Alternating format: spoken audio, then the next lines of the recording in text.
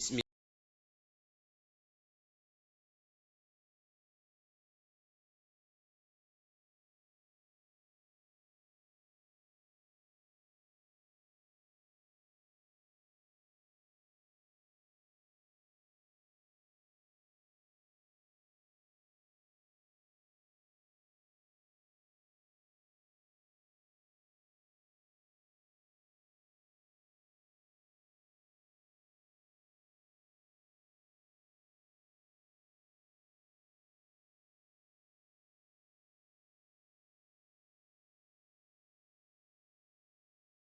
اعوذ بک من همزات الشیاطین واعوذ بک رب ان یحضرون بسم اللہ الرحمن الرحیم الحمد للہ وسلام علی عبادہ الذین اصطفیٰ ولعنۃ الدائمۃ الباقیۃ علی اعدائہم اجمعین من الآن الی قیام یوم الدین اما بعد اوصیکم ونفسی بتقوی اللہ وقال علی بن ابی طالب علیہم الصلاۃ والسلام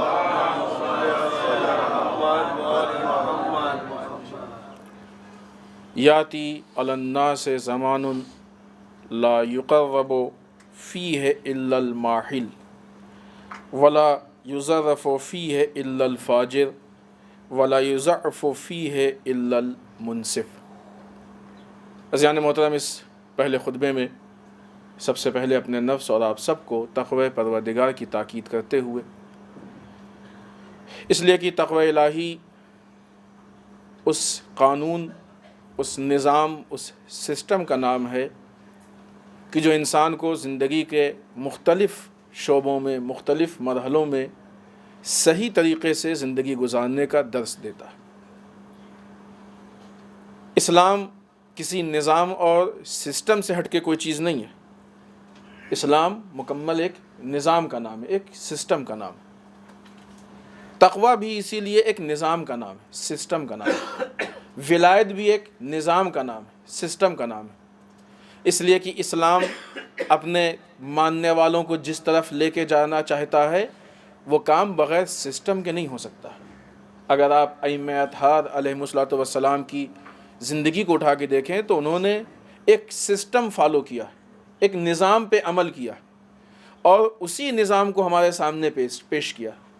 جس نے بھی اہل بیت اطہار علیہم الصلوۃ والسلام کے نظام پہ عمل کیا، یعنی ان کے نقش قدم پہ چلا، ان کا اتباع کیا، ان کو فالو کیا، تو سسٹم ہوا نا۔ جس نے بھی سسٹم پہ عمل کیا وہ کامیاب، اور جس نے سسٹم کو چھوڑ دیا وہ ناکام۔ یہ ساری چیزیں احادیث میں ہیں۔ ابھی امام عسکری علیہ الصلوۃ والسلام کی ولادت کے موقع پہ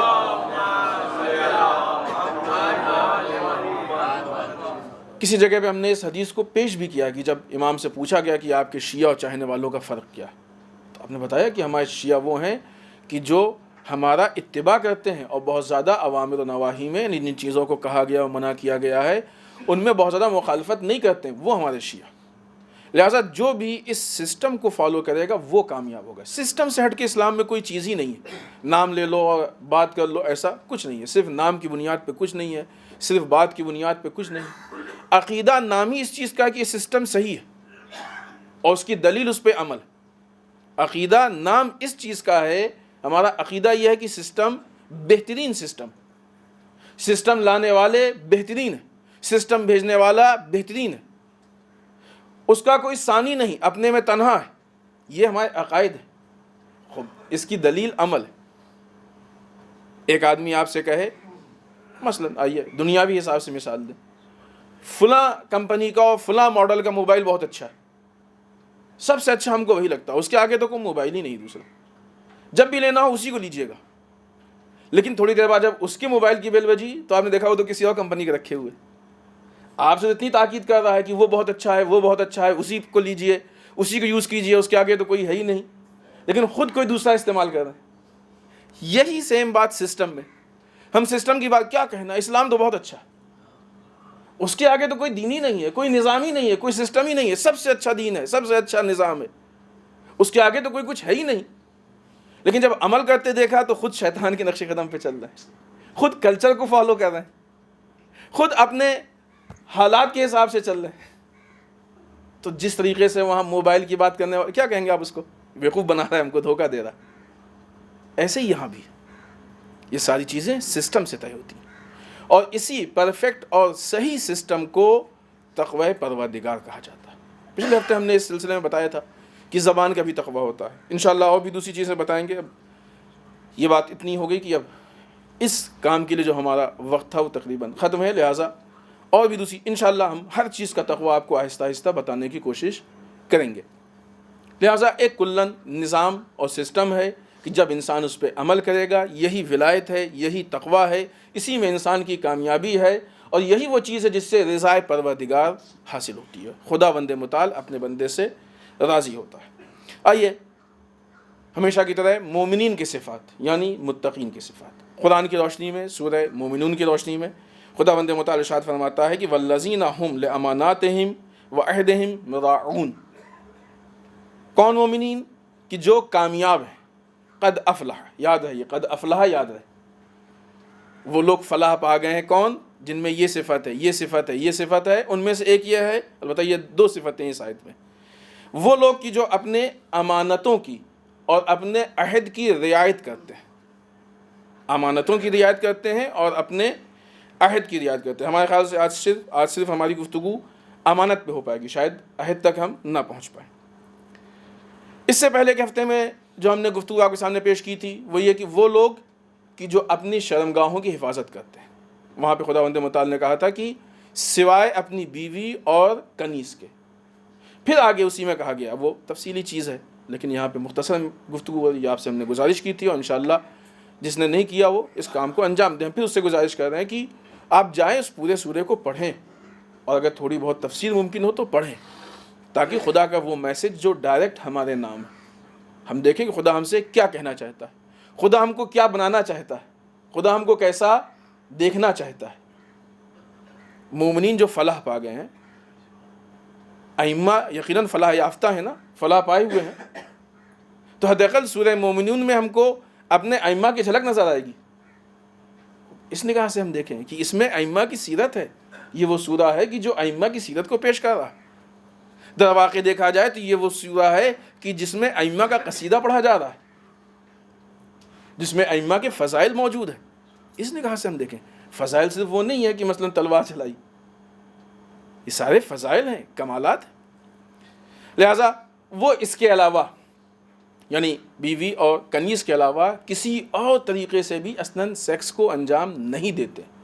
اب اس کے علاوہ جو بھی راستہ ہو، جتنے طریقے دنیا میں اور کائنات میں پائے جاتے ہوں سب منع، صرف یہ دو طریقے جائز ہیں۔ خب یہ ایک الگ تفصیل ہے، اس پہ ابھی موقع نہیں ہے آج نیا کی۔ یہ وہ لوگ ہیں فلاح یافتہ مومنین کی جو اپنے امانتوں کی اور اپنے عہد کی رعایت کرتے ہیں۔ امانت کسے کہتے ہیں؟ عام طور سے ہمارے یہاں امانت کا لفظ جب استعمال ہوتا ہے تو امانت سے مراد لیا جاتا ہے کہ مثلا کسی نے پیسہ دیا تو اس میں گھپلا نہ ہو۔ ہے صحیح بھی ہے، غلط نہیں ہے کہ اگر کسی نے کسی کام کے لیے پیسہ دیا تو اس میں کوئی ہیر پھیر، کوئی گھپلا، کوئی گڑبڑی نہ ہو، اس کو امانت کہا جاتا ہے۔ لیکن امانت صرف پیسے سے متعلق نہیں ہے، بہت ساری چیزیں ہمارے یہاں ہیں کہ جس کا معنی و مفہوم بہت وسیع ہوتا ہے، اس کو ہم محدود کر دیتے ہیں پیسے پہ۔ جیسے یہ امانت ہے، جیسے رزق ہے، رزق کا مفہوم بہت وسیع ہے، رزق میں بہت کچھ آتی ہے، بہت چیزیں، لیکن جب بھی رزق کی بات ہوتی ہے، خدا ہم کو رزق دے دے، خدا اس کے رزق میں اضافہ، تو ہمیشہ وہ ذہن میں جو تصور ہوتا ہے وہ مال و دولت و پیسے کا ہوتا ہے۔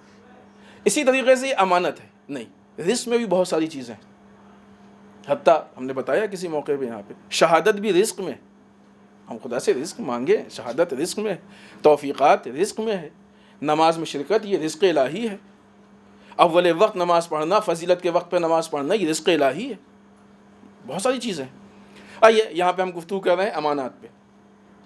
مومنین، کامیاب شدہ مومنین وہ ہیں کہ جو امانتوں کی رعایت کرتے ہیں۔ امانت میں کیا ہے؟ خب ایک چیز تو پیسہ ہے، وہ اس مفہوم میں کوئی خرابی نہیں ہے، مفہوم صحیح ہے، پرفیکٹ ہے، لیکن وہی ہو تب بھی خرابی ہے۔ لہٰذا پہلی چیز تو یہ کہ وہ مال میں خیانت نہیں کرتے ہیں۔ مال میں خیانت کی بہت ساری قسمیں ہیں، اور پھر ہم اس چیز کو کہیں گے کہ یہاں پہ چونکہ مختصر ہے لہٰذا ہم بہت ہی پوائنٹ ٹو پوائنٹ ان گفتگو کو آپ کے سامنے پیش کریں گے، تاکہ بات ہر اس سے جہاں تک ممکن ہو جو زیادہ رائج ہے ان سب کو ٹچ کر لیں۔ امانت میں بھی عام طور سے مال میں سمجھاتا ہے کسی نے ہم کو لا کے پیسے دیے 10,000 اور پھر بعد میں مانگنے آئے تو ہم 10,000 دے دیں. اگر ہم نے اس کو 9,999 دیے تو امانت میں خیانت. ہاں یہ تو ہے ہی ہے, اس میں کوئی شک نہیں. اس کے علاوہ بھی ہے, جو پیسہ ہمارے پاس جس مد میں خرچ کرنے کے لیے ہے, اگر اس کے علاوہ ہم خرچ کریں تو یہ بھی خیانت ہے. کسی نے ہم کو دیا کہ آپ کسی مثلاً کوئی ایسا وہ نہیں, کسی غریب کو دے دیجیے گا. ہم نے ان غریبوں کو ڈھونڈنے میں کہ جو زیادہ مستحق تھا چھوڑ کے کم مستحق کو دیا, یہ بھی خیانت ہے. جس کو دینا چاہیے تھا جو واقعی مستحق تھا اس کو چھوڑ کے, یہ بھی ایک طرح کی خیانت ہے. اس سے بھی احتیاط کرنا چاہیے انسان. نہیں دیا وہ بھی خیانت ہے. صحیح طریقے سے مصرف نہیں کیا, استعمال نہیں کیا, وہ بھی خیانت ہے. یہ ساری چیزیں پیسے کے حساب سے نہیں, پیسے کا جو بھی موضوع ہو, جو بھی موقع ہو, محل ہو, اس سے ہٹ کے استعمال کرنا, یہ ساری چیزیں خیانت ہے. کس چیز کو, کس مت کے پیسے کو کہاں خرچ کرنا ہے, یہ صحیح خرچ امانت داری ہے, غلط خرچ اس میں خیانت ہے. خوب مال پہ چونکہ بات ہوتی ہے لہذا بہت تفصیل میں جانے کی ضرورت نہیں ہے. ایک امانت داری ہوتی ہے راز کی, اسرار کی. اگر کسی کے پاس کسی کا راز ہے اور اس راز کو لوگوں پہ عیاں کر دے تو یہ خیانت ہے. ہم اس طرح کی مثالیں اپنے بھی دیتے ہیں تاکہ کسی کو برا نہ لگے. کسی کا راز ہم کو معلوم تھا, اس نے بتایا, ہم پہ بھروسہ کیا, اس نے ہم کو بتایا کہ دیکھیں یہ ہماری پرائیویٹ بات ہے, ہم آپ سے شیئر کرنا چاہتے ہیں, آپ مشورہ دیجیے. اس کی بات ہوئی, ہم نے جو بھی بات ہونی تھی بات کر لی. اب بعد میں جب اٹھے تو دوسرے سے ارے معلوم ہے فلاں کہ یہ مسئلہ پیش آ گیا. یہ خیانت ہو گئی. اس کا یہ راز ہمارے پاس امانت تھا, چاہے وہ بتائے, چاہے ہم دیکھ لیں, چاہے کسی طریقے سے معلوم ہو جائے. اصلا ہم کو حق نہیں حاصل ہے کہ کسی کی امانت میں خیانت کریں. لہذا امانت داری صرف مال میں نہیں ہے, راز میں ہے.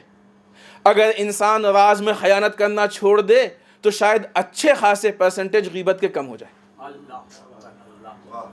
غیبت کب ہوتی ہے؟ جب ہمارے پاس لوگوں کے جو راز, یہی تو ہے غیبت نا, کہ دوسروں کو نہیں معلوم بتا دیں. راز ہی تو نا ہمارے پاس وہ ہے. ہمارے پاس جب کسی کا راز ہے تو صرف اس لیے کہ وہ پست نظر آئے, ہم بلند نظر آئے, ہم بتا دیں. بعض اوقات اس کو پست کرنے کے لیے, بعض اوقات اپنی واہ واہی کے لیے. ہم تو اتنے بڑے ہیں کہ مثلا ہمارے پاس اس سے لوگ آئیں. تکبر کی بنیاد پہ, ان چیزوں کی بنیاد پہ ہوتی ہے. لہٰذا اگر انسان لوگوں کے رازوں کو چھپانا سیکھ لے, یہ بہت ہوتا ہے, فلاں کے بارے میں معلوم ان کا ایسا ہوا فلاں. جب تک آپ منع کہتے ہیں نہیں رکیے بھائی غیبت ہے, تب تک تو وہ بات پوری ہو چکی ہوتی ہے, کمپلیٹ ہو جاتی ہے. غلط ہی ہے. یہ راز آپ کے پاس امانت ہے, آپ کو خدا کیا حساب دینا پڑے گا. دوسری چیز, اگرچہ اس موضوع میں نہیں ہے لیکن بہرحال تھوڑا سا ایک رابطے میں ہے لہٰذا ہم پیش کر دیں. راز دینے والوں کو بھی دیکھنا چاہیے کہ کم ظرف کو راز نہ دیں. امیر بیان مولائے متقیان حضرت علی ابن ابی طالب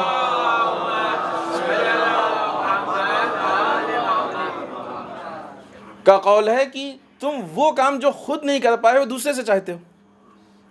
آپ نے اس کو بتا دیا کہ دیکھو یہ راز کی بات ہے, کسی سے بتانا مت, اور پھر اس سے کہہ رہے ہیں کہ کسی سے بتانا مت. خود بتا رہے ہیں, خود نہیں چھپا پائے, اس سے چھپانے کو کہہ رہے ہیں. تو جو کام تم خود نہیں کر پائے ہو وہ دوسرے سے چاہ رہے. لیکن نہیں, ہر جگہ یہ نہیں ہوتا ہے. یہ مولانا جو کہا ہے ٹھیک ہے, ظاہر سی بات مولا کا کلام ہے, اس میں کوئی حرف نہیں, کوئی وہ نہیں. لیکن بعض جگہ ایسی ہوتی ہیں جہاں انسان کو مجبوراً بتانا پڑتا ہے. کبھی وہ انسان مشورے کے لیے, مثلاً کوئی آدمی ڈاکٹر کے پاس گیا, وہ اپنی بیماری بتا رہا ہے, خب یہ راز ہے. بعض اوقات انسان کسی سے مشورہ لیتا ہے, یہ راز ہے. بعض اوقات انسان کسی سے مدد لیتا ہے, خدا نخواستہ کسی کے مالی حالات خراب ہیں, کسی سے کہا کہ ہماری یہ مشکل ہے, اس کی لوگوں میں عزت ہے, لوگ اس کو مثلاً مناسب حالات والا سمجھتے ہیں. اس نے کہا بھائی ہمارے حالات خراب ہے اور تھوڑا سا آپ مدد کریں. ہاں بالکل, دے بھی دیا. وہ ایک الگ گفتگو ہے, دینا اور نہ دینا وہ الگ گفتگو. دے بھی دیا. بعد میں کہا کہ وہ معلوم ان کے حالات آج کل خراب چل رہے ہیں, ہم سے آئے تھے پیسے مانگنے. یہ خیانت ہے. اس کے راز کو ہم نے افشا کر دیا.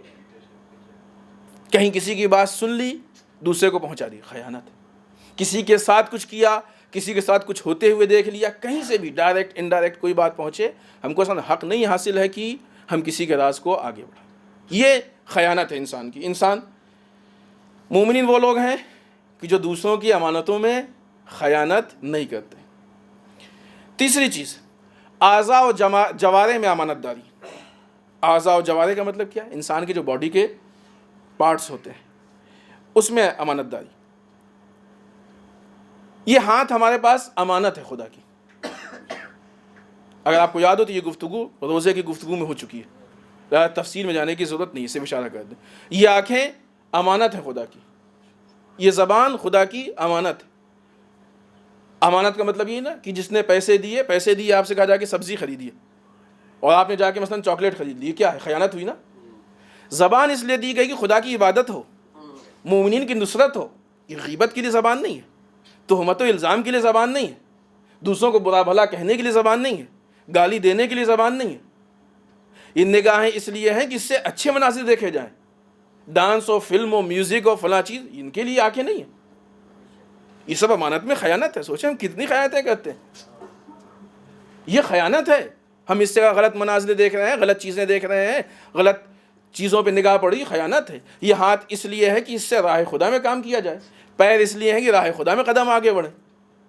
دو چیزیں ہیں. ایک آدمی نے پیسے دیے, کہا اس سے سبزی خریدو, ہم نے کوئی اور چیز خرید لی, وہ بھی خیانت ہے. سبزی نہیں خریدی, وہ بھی خیانت ہے. یہ پیر اس لیے دیے گئے کہ راہ خدا میں بڑھاؤ, کسی غلط راستے پہ گئے تب بھی خیانت ہے, خدا کے راستے پہ نہیں گئے وہ بھی خیانت ہے. اگر کبھی دین خدا پہ کوئی بات آئے اور زبان نہ بولے, خیانت ہے. قدم نہ بڑھے, خیانت ہے.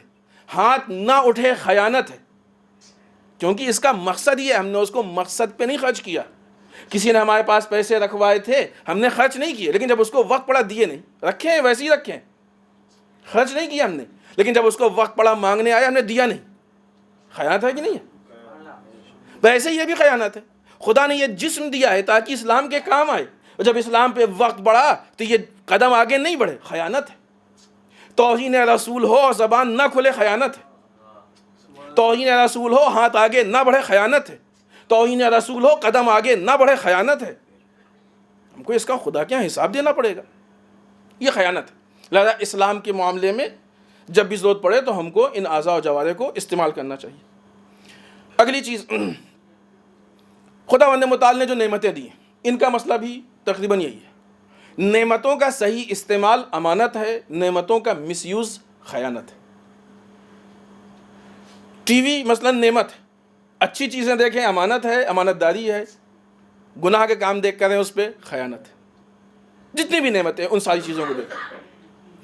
لہٰذا امانت داری صرف پیسے میں نہیں ہے, امانت داری بہت ساری چیزوں میں. اگر ہم کو ایک کامیاب مومن بننا ہے تو ہم کو امین بننا پڑے گا, امانت دار بننا پڑے گا. آئیے ہمیشہ کی طرح امیر بیان مولا متقیان حضرت علی بن ابی طالب علیہ السلام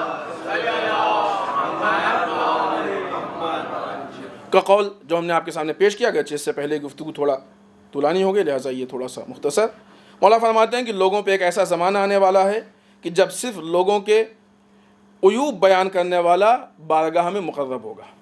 اس پوائنٹ پہ پچھلے ہفتے گفتگو ہو چکی. دوسرا پوائنٹ اس کے آگے, اور صرف فاجر کو خوش مزاج سمجھا جائے گا. خوش مزاج سمجھتے ہیں, جس کا اچھا مزاج, کہا نہیں فلاں صاحب کا نیچر بہت اچھا ہے, اس کو اردو میں کہتے ہیں خوش مزاج. فاجر کسے کہتے ہیں؟ فاجر بدکار, گنہگار, بد چلن, اس کو فاجر کہتے ہیں.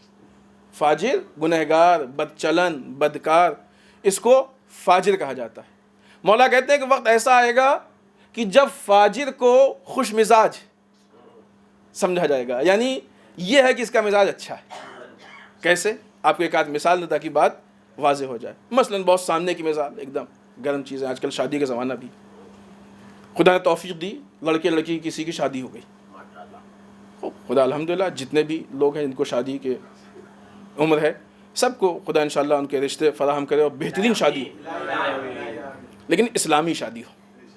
اہم یہ. اب اس شادی میں مثلاً مکس گیدرنگ تھی. اب آپ نے آگے ہم کو دعوت دی کہ آپ تشریف لائیں ریسیپشن میں. میں کہہ رہا مکس گیدرنگ ہم نہیں آ سکتے.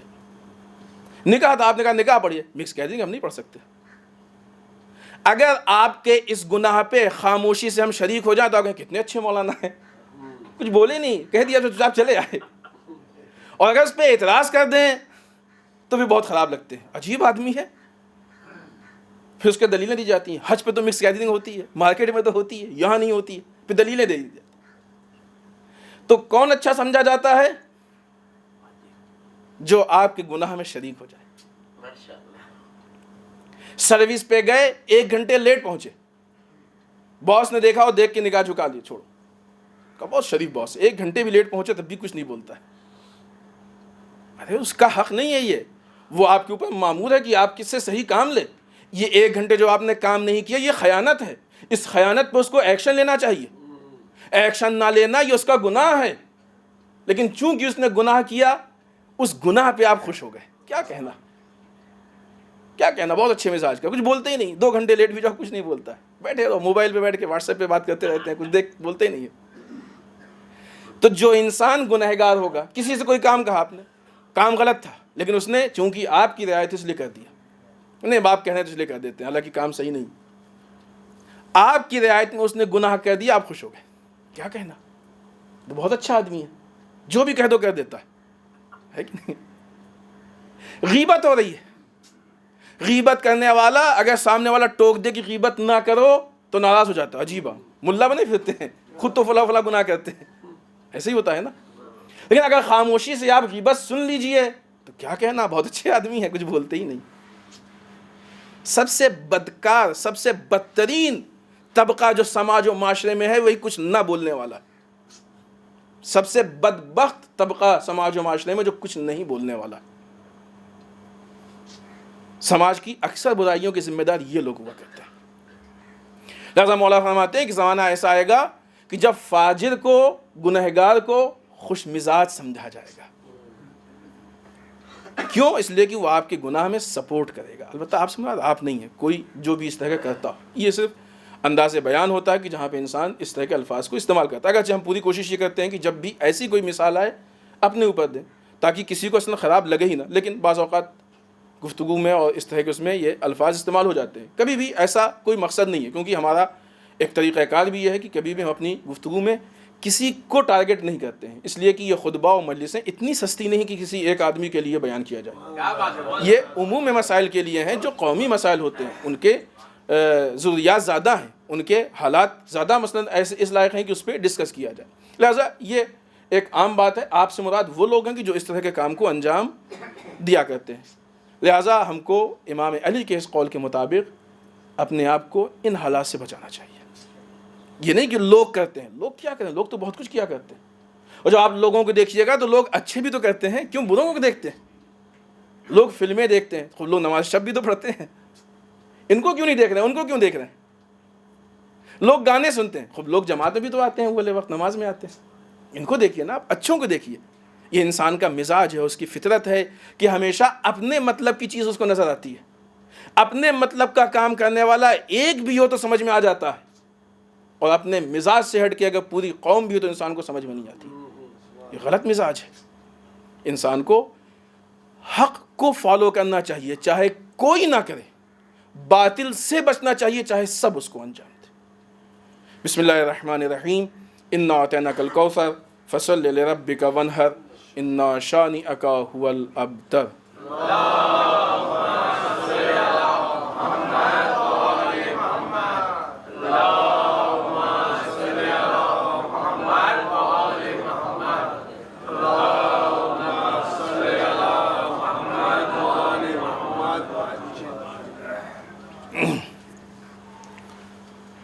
رب اعوذ بک من همزات الشیاطین واعوذ بک رب ان یحضرون.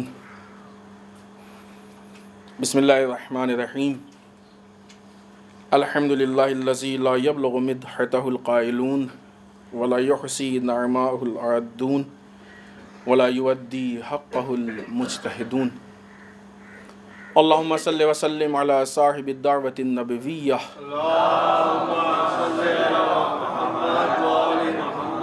والصولة الحیدریہ.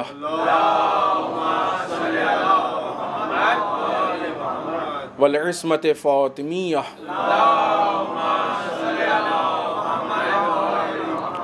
والحلم الحسنیہ.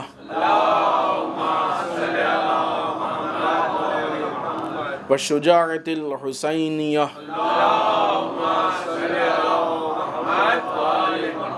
والعبادة السجادیہ. والآثار الباقیہ والمعصر الجعفریہ والعلوم الکاظمیہ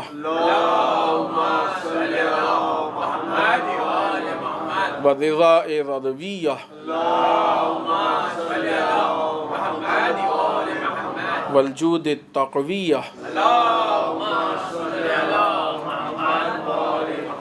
والنقاوة النقویہ والہیبة العسکریہ والغیبة الہیہ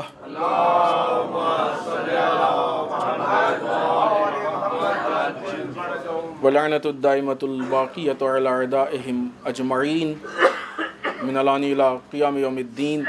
اما بعد، اس دوسرے خطبے میں ایک بار پھر اپنے نفس اور آپ سب کو تقوی پروردگار کی تاکید کرتے ہوئے اس ہفتے کی مناسبات میں پہلی مناسبت جو آنے والی 22 ربیع الثانی ہے، یہ وہ تاریخ ہے کہ جس دن امام جواد کے فرزندوں میں بلکہ امام جواد کے فرزند حضرت موسیٰ مبرقہ کی وفات ہوئی ہے.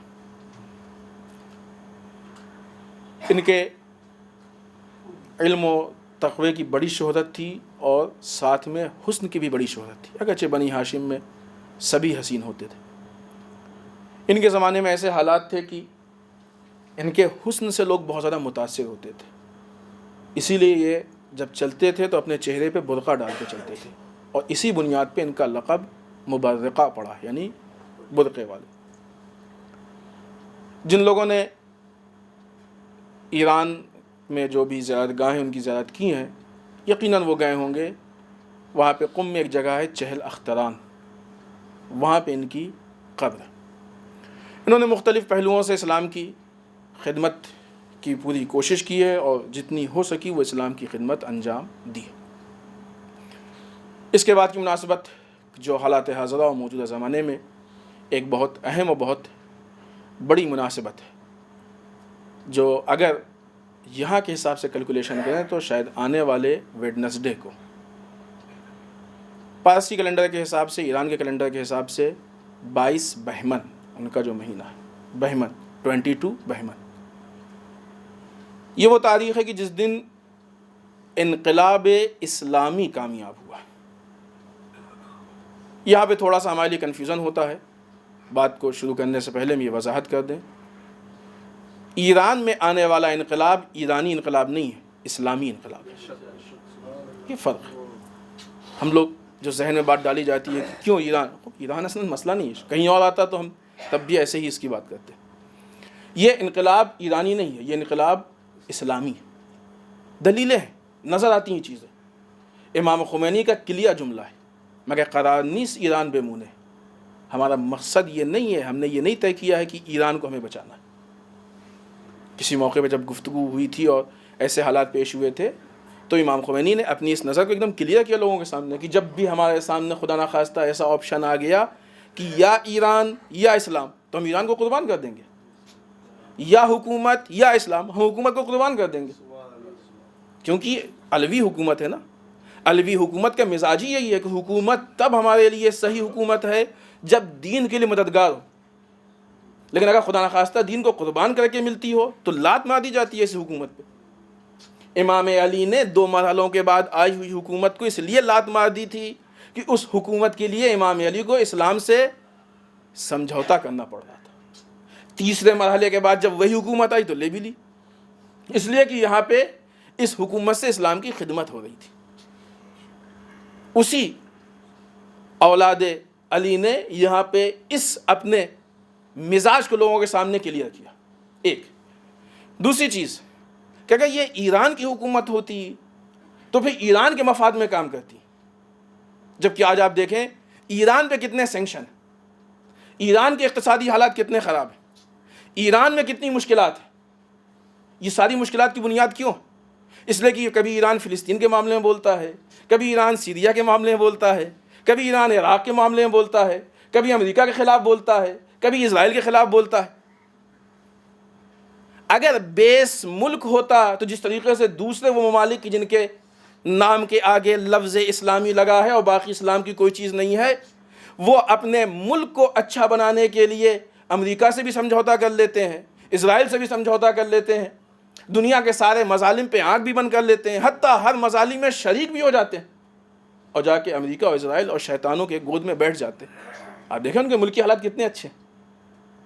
لیکن ایران کے ملکی حالات اس اعتبار سے، البتہ ویسے وہاں پہ عملاً کوئی ایسا نہیں ہے، آپ لوگ جاتے ہیں جا کے دیکھیے، الحمدللہ ایسی کوئی بھوک مری نہیں ہے، لوگ کھا پی رہے ہیں، بہت مناسب ہیں، یہ نظام کی برکت وہ اپنی جگہ پہ۔ لیکن پھر بھی آپ دیکھتے ہیں آئے دن سینکشن، آئے دن پابندی، آئے دن مشکلات، آئے دن پریشانی، آئے دن یہ مسئلہ، آئے دن وہ مسئلہ۔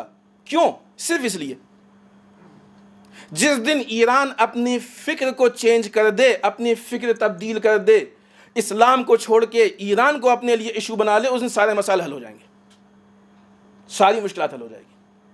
لہٰذا آج بھی یہ مسئلہ اسی لیے ہے، اور یہی وجہ ہے اگر ایران کی حکومت، ایران کا انقلاب ہوتا تو ٹھیک ہے، ہمارا ملک صحیح ہو، دنیا جائے بھاڑ میں، لیکن نہیں، قرار نہیں، ایران بے منہ ہے، ایران بچانا ہمارا مقصد نہیں ہے۔ لہٰذا ایران قربانی دے رہا ہے لیکن اسلام بچنا چاہیے۔ نے کسی موقع پہ جملہ کہا تھا کہ آج وہاں جو اتنی مہنگائی روز بڑھ رہی ہے، آج جو وہاں اتنی مشکلات روز بڑھ رہی ہے، یہ وہاں کی عوام ہے کہ جو اس کو برداشت کر رہی ہے کہ نہیں؟ یہ قربانی دے رہی ہے، کس کے لیے قربانی دے رہی ہے؟ اسلام کے لیے قربانی دے رہی ہے۔ یعنی موجودہ حالات میں بھی وہاں قربانیوں کا بازار گرم، اگرچہ جو اتنی شہادتیں ہوئیں وہ اپنی جگہ پہ، جو اتنا خون بہا وہ اپنی جگہوں پہ، کس لیے بہا؟ ملک کے لیے نہیں، اسلام کے لیے بہا۔ کاش یہ باتیں لوگوں کو سمجھ میں آتی۔ کم سے کم جو اس انقلاب کا فائدہ ہے، جو ظاہری فائدہ ہے، وہ یہ کہ ہماری عبادت گاہیں بھر گئیں۔ بزرگان اس چیز کے شاہد ہیں، گواہ ہیں کہ آج سے تقریباً 36 سال پہلے ہماری مسجدوں کے کیا حالات تھے۔ آہستہ آہستہ ہمارے درمیان کتنے علماء تھے، ہمارے درمیان مذہبی ایکٹیویٹیز کتنی تھی، دین کے نام پہ لوگ کتنا پیسہ خرچ کرتے تھے، دین کس حد تک تھا اور بے دینی کس حد تک تھی۔ اس انقلاب کے بعد کم سے کم ہم اس لیے کہہ رہے ہیں، اس لیے کہ اگر فکر و شعور کے ساتھ نماز نہ ہو تو بعض اوقات وہ نماز بھی نقصان دہ ہوتی۔ یہ باتیں ہمارے درمیان ہوا کرتی ہیں، جیسے ابو موسیٰ اشعری کی نماز مثلا ہے کہ نہیں، یہ باتیں ہوا کرتی ہیں، اگر کسی کے لیے واضح نہ ہو تو وہ سوال کر لیں۔ تو کم سے کم یہ ہوا، لیکن صرف اتنا ہی نہیں ہوا، اس انقلاب نے دنیا میں بہت ساری چیزوں کو تبدیل کر دیا، دنیا میں بہت سارے مسائل کو، مثلا اس نے جو سب سے بڑے جو کام کیے، البتہ سب سے بڑے نہیں کہہ سکتے، اور بھی دوسرے بڑے بڑے ہیں جن کو یہاں پہ ڈسکس نہیں کیا سکتا، جو بڑے اہم کام کیے ان میں سے ایک مسلمانوں کے مصالح، یعنی وہ چیز کی جو مسلمانوں کے لیے چاہیے، جو مسلمانوں کو چاہیے، جن کی مسلمان امتوں کو ضرورت ہے، اس کے لیے قدم اٹھایا، اس کے لیے قدم اٹھایا، اگرچہ اس کے لیے بہت زیادہ ان کو مخالفت برداشت کرنی پڑی اور کرنی پڑ رہی ہے، بہت سی قربانیاں دینی پڑی اور دینی پڑ رہی ہیں۔ مسلمانوں کی مصلحت کس اعتبار سے؟ کبھی مسلمانوں کے جان کی حفاظت کے اعتبار سے، کبھی مسلمانوں کے مثلا جان کے ضمن میں مال کی حفاظت کے اعتبار سے، اور کبھی مسلمانوں کے اقدار ویلوز کی حفاظت کے اعتبار سے، کبھی مسلمانوں کے دین کے اعتبار سے، کبھی فکر و شعور کے اعتبار سے۔ اس کے علاوہ یہاں پہ ہم صرف پوائنٹس بیان کر رہے ہیں، اس سے زیادہ یہاں پہ ہم آپ کے سامنے پیش کر بھی نہیں سکتے۔ اس کے علاوہ جو دوسری چیزیں انہوں نے انجام دیں، وہ دنیا کی باطل سیاست کی جس کو راستہ خالی ملا تھا، اور بہت تیزی سے مسلمانوں کے خلاف اپنے ناپاک مقاصد کو پورا کرنے میں آگے بڑھ رہے تھے۔ اس راستے میں انہوں نے مسلمانوں کے خلاف فلمیں بنائی، اسلام کو تبدیل کر دیا، اسلام کو صوفیزم میں محدود کر دیا، خانقاہوں میں محدود کر دیا، اسلام کو صرف رسم و رواج میں محدود کر دیا، نتیجے سے دور کر دیا اسلام کو، لوگوں کو کولو کا بیل بنا دیا۔ اورینٹلزم کے نتیجے میں دیکھیے ان چیزوں کو، کمیونیکیشن کے نتیجے میں ان چیزوں کو دیکھیے۔ ان سارے حالات سے نکالنے کے بعد مسلمانوں کو وہ فکر دی کہ اس باطل سیاست کے مقابلے میں ایک مشکل کھڑی ہو گئی، اس باطل سیاست کے مقابلے میں ایک مشکل کھڑی ہو گئی۔ جب یہ مشکل کھڑی ہوئی تو وہ جو اتنی تیزی سے آگے جا رہے تھے، جن کی مثلا ایک گاڑی ہے بہت تیز جا رہی ہے، آپ کی زمین پہ آگے دوڑ رہی ہے، جب تک زمین لاوارث ہے وہ بھاگتی جائے گی، لیکن جیسے کوئی وارث سامنے آ جائے گا وہ وارث آ کے اس کو روکنے کی کوشش کرے گا، اگر نہیں بھی رک پائے حداقل اسپیڈ تو کم کرنی پڑے گی۔ جب تک اسلام میں کوئی لیڈرشپ، کوئی قیادت نہیں تھی، لاوارث سمجھ کے کبھی امریکہ اس کو روند رہا تھا، کبھی روس اس کو روند رہا تھا، کبھی فرانس روند رہا تھا، کبھی اس کو جرمن روند رہا، یہ سب روند رہے تھے کہ نہیں، اسرائیل۔ لیکن جب ایک وارث سامنے آ گیا تو فلسطین میں بھی مشکل ان کو پیدا ہو گئی، ان کو سیریا میں بھی مشکل پیدا ہو گئی، ان کو عراق میں بھی مشکل پیدا ہو گئی، ان کو افغانستان میں بھی مشکل پیدا ہو گئی، ان کو پاکستان میں بھی مشکل پیدا ہو گئی، مختلف جگہوں پہ یہ مسائل۔ اب وہ بھاگتی ہوئی گاڑی کہیں رک گئی، لبنان میں رک گئی تو حزب اللہ وجود میں آ گیا، کہیں اس کو اسپیڈ کم کرنی پڑی، لیکن بہرحال ایک اقدار اسلامی سامنے آیا۔ جب انہوں نے یہ دیکھا کہ ان حالات کے مطابق اب اسلام کامیاب ہو رہا ہے، چونکہ وہ جو نظام ولایت تھا وہ عملی ہو گیا، اب اسلام کامیاب ہو رہا ہے، تو اب انہوں نے اسلام کو بدنام کرنے کے لیے دوسرے راستے اپنائے، اسلام کو خراب کرنے کے لیے دوسرے راستے اپنائے۔ ایک راستے کے مطابق انہوں نے مسلمانوں کو غلط بنا کے پیش کیا تاکہ اسلام کی پکچر خراب ہو، القاعدہ اس کے نتیجے میں ہے کہ نہیں، آئی ایس اس کے نتیجے میں، طالبان اس کے نتیجے میں۔ دوسری طرف سے انہوں نے دوسرے اعتبار سے اس سافٹ ویئر پہ حملہ کرنا شروع کیا، کبھی قرآن کو جلایا، کبھی سیرت رسول پہ فلم بنائی، کبھی رسول کا نعوذ باللہ کارٹون بنایا، کبھی اسلامی جو بنیادی چیزیں ہیں اس کے خلاف انہوں نے پیغام دینے شروع کیے، قرآن کو سینسر ہو جانا، قرآن ایکسپائر ہو گیا ہے، اس کو ہٹا دینا چاہیے، حد اقل سینسر ہونا چاہیے، جہاد کی آیتوں کو ہٹا دینا چاہیے، یہ ہٹا دینا چاہیے، وہ ہٹا دینا چاہیے۔ اور پھر اب جب انہوں نے ایک دم اپنے آپ کو ناکام پایا تو اپنے آپ کو اس ناکامی کے نتیجے میں یہاں پہنچایا کہ اب ہمارے درمیان کبھی مرجعیت کے خلاف ہمارے جوانوں کو کھڑا کرنے کی کوشش کر رہے ہیں، کبھی ولایت کے خلاف ہمارے جوانوں کو کھڑا کرنے کی کوشش کر رہے ہیں، اگرچہ اس کی کوشش وہ بہت پہلے سے کر رہے تھے، لیکن اب انہوں نے یکباگی کئی اعتبار سے اس چیز کو آگے بڑھا دیا۔ لیکن جن قوموں کے وارث زندہ ہوتے ہیں کبھی وہ برباد نہیں ہو پاتی۔ جب اسلام کو اس مقام پہ دیکھا گیا تو ہمارے قائد ملت مقام معظم رہبری حضرت آیت اللہ خامنئی نے پوری دنیا کے جوانوں کو مخاطب کر کے وہ زبردست لیٹر لکھا کہ دیکھو تم نہ کبھی طالبان سے اسلام کو سمجھو، نہ کبھی تم القاعدہ سے اور آئی ایس سے اسلام کو سمجھو، نہ امریکہ کے بھیجے ہوئے افراد سے اسلام کو سمجھو، اس لیے کہ امریکہ نے آج مراجع بھی بنائے ہیں، علماء اور خطیب بھی بنائے، تم ان سے نہیں سمجھو، اسلام کو سمجھنا ہے تو قرآن سے سمجھو، اسلام کو سمجھنا ہے تو ائمہ سے سمجھو، اسلام کو سمجھنا ہے تو اہل بیت سے سمجھو، یہ اسلام کا سورس ہے۔ اس لیٹر پہ ایک بہت اچھا اسٹیٹمنٹ آیا، آغا محمد جواد لاریجانی کہتے ہیں کہ یہ راہبر کا یہ لیٹر ہے، یہ در واقع امام خمینی کے لیٹر کو مکمل کر رہا ہے۔ اگر آپ کو یاد ہو تو جس وقت ایران کا نیا انقلاب آیا تھا اس وقت امام خمینی نے ایک لیٹر لکھا تھا جو کہ گورباچوف کے نام تھا، اور اس لیٹر کو لے کے ایک چھوٹی سی ہیئت گئی تھی، جا کے لیٹر پیش کیا گیا تھا اور اس کو بتایا گیا تھا۔ یہ وہ جگہ تھی کہ جہاں پہ امام خمینی نے حکمہ حاکم کو مخاطب کیا تھا، ذمہ دار مفکر لوگوں کو مخاطب کیا تھا۔ وہ موقع تھا کہ جب قوم کے دوسروں کے افراد کے جو فرسٹ لیول کے افراد ہیں ان کو خطاب کیا گیا تھا، ان کے سامنے اسلام کی دعوت رکھی گئی تھی۔ آج جب حالات اس مقام پہ پہنچ گئے تو آغا خامنئی نے ضرورت اس بات کی سمجھی کہ اب عوام کے سامنے اسلام کی دعوت پیش کر دی جائے، تو جو دعوت وہاں پہ حکمہ کے سامنے پیش کی گئی تھی وہ دعوت آج عوام کے سامنے پیش کی گئی۔ اس دعوت کا بھی اثر پڑا تھا، اس کا بھی اثر پڑ رہا ہے، پڑے گا نہیں، پڑ رہا ہے، کیونکہ رزلٹ سارے سامنے آ رہے ہیں۔ بہت کم ایسے ہوں گے جو اس لیٹر کو پڑھنے کے بعد ان کے اوپر کوئی اثر نہ پڑے اور کوئی اس کا جواب نہ دے۔ اکثریت وہ اور بات ہے کہ جواب دینا دو چیز ہوتا ہے، ایک تو یہ کہ پڑھا اور پڑھنے کے بعد ہم نے میل کیا، پڑھا اور پڑھنے کے بعد ہم نے آپ کو فون کیا، ایک جواب وہ ہوتا ہے۔ ایک جواب وہ ہوتا ہے کہ جس کو پڑھنے کے بعد انسان کی ایکٹیویٹیز میں اثر پڑتا ہے، حد اقل فکر میں اثر پڑتا ہے، حد اقل سوچ اور سمجھ میں اثر پڑتا ہے۔ حد اقل آج دنیا کو یہ معلوم ہو جائے گا کہ ٹی وی پہ دکھنے والا اسلام اسلام نہیں ہے، جو دشمن کی سازش ہے، یہ دشمن کا بہت بڑا ہتھ کنڈا ہے، بہت بڑا ہتھیار ہے کہ ان کے ذریعے سے اسلام کو بدنام کر رہے ہیں۔ لیکن یہ لیٹر اس ہتھیار کے سامنے ایک ڈھال کہ جو ہر طرح کے اس حملے سے قوم کو بچا رہا ہے۔ لہذا یہ جو انقلاب اسلامی کے کامیابی کی تاریخ ہے، یہ در واقع اسلام کے لیے ایک بہت بڑا ایونٹ ہے۔ موجودہ زمانے میں اسلام کی کامیابی کے لیے ایک بہت اہم سنگ میل ہے، ایک بہت اہم موقع ہے۔ آخری چیز کیا کہتے اس کے لیے وقت زیادہ چاہیے تھا لیکن وقت ختم ہو گیا ہے، صرف ایک جملے میں ہم کہہ دیں، حجاب کو لے کے بہت زیادہ مسائل پیدا ہو رہے ہیں، اسکولوں میں مشکلات ہو رہی ہیں، ہمارے قوم کی بچیاں